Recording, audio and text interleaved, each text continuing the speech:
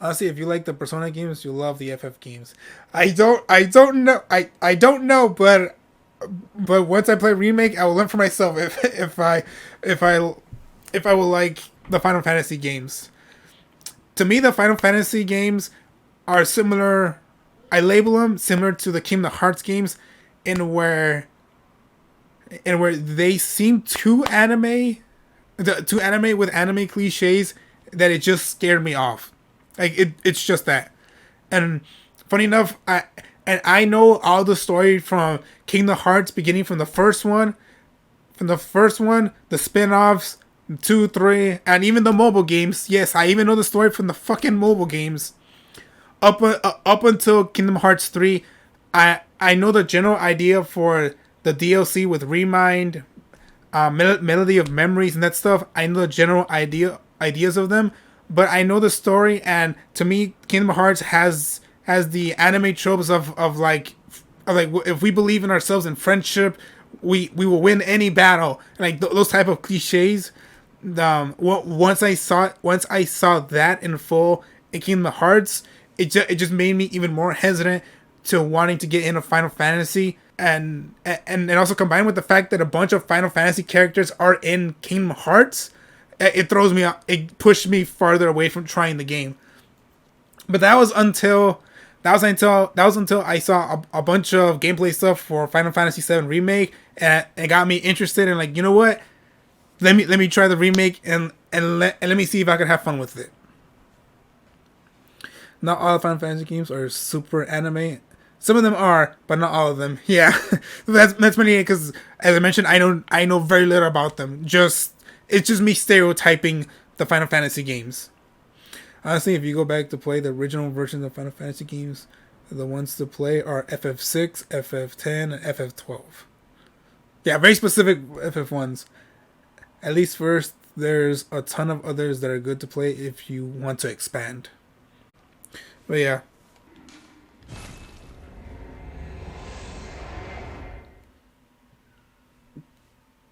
Yeah, I don't really look for novelty in my JRPGs or anything. I think at a certain point you're gonna feel like there's similarities between them no matter what they do. Yeah. So to me, P5 struck me as fairly par for the course with some neat bits and fun characters. Yeah, there overall it still has some anime cliches in terms of its storytelling, like like for original Persona 5, at the end when you're fighting God, you use the power of friendship uh, as well as using the power of all those people you helped out throughout your adventures. All your powers together will help you defeat God because friendship. And that's like, fuck, it's so generic and how to and how to end this game.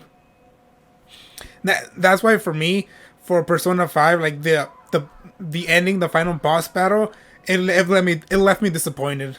I'm like, fuck, this is really the ending.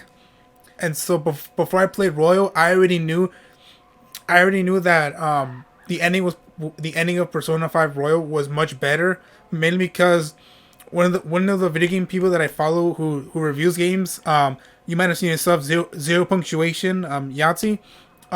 When I heard him say how the ending for Royal was much better, they got me actually excited to get to that point eventually. And luckily the ending of Royal is a much better ending, and way more satisfactory, to to end the game, which I was very happy to see. I mean, also every JRPG ever always ends with you defeating gods. Yeah. Oh yeah. I didn't even read that part. But yeah, I just said the same thing you did. Yeah. It ends with defeating God, and I'm like, really? You can't do something different?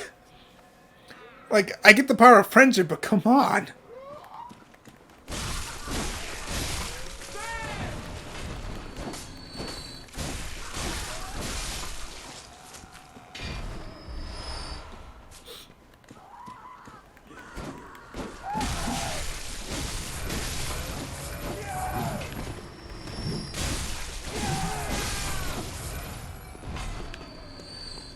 In FF8, the final boss is an evil witch from the future who is really from the distant past and both a pre-incarnation and reincarnation of the main protagonist's girlfriend, another one of the main characters, who is who is attempting to take over every point in time in order to destroy the concept of time and break the cycle of reincarnation that she trapped herself in.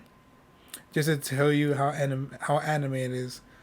What the fuck? See, that's the type of that's the type of stuff I don't like. Why are you trying to overcomplicate something? You know, if I was somehow able to get a copy of Final Fantasy VIII when I was a kid and then play through it, I wouldn't know what the hell's going on. I would be a kid. Growing up with the animes that were on that I watched were Yu-Gi-Oh, Pokemon, and sometimes Digimon. Those were the animes I grew up watching, and what?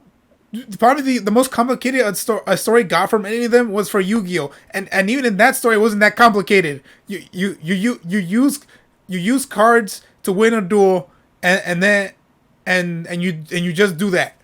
And then in later seasons there's more stuff involved, but it doesn't get as complicated as whatever the fuck happened in Final Fantasy VIII. Yeah, I would not recommend starting off with 8. Yeah, I would, no way. And from what I hear, a bunch of people love and say the best Final Fantasy is Final Fantasy VIII, but they also say that about Final Fantasy VI.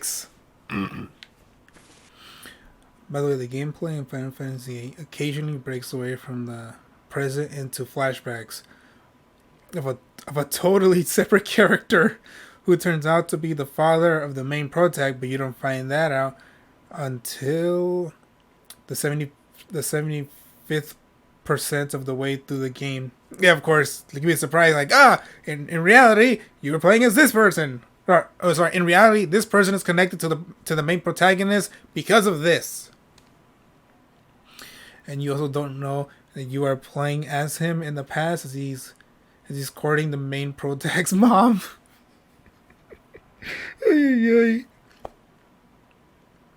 And also, all the main characters are all orphans who got raised together at the same orphanage, but none of them remember because plot reasons. Because anime.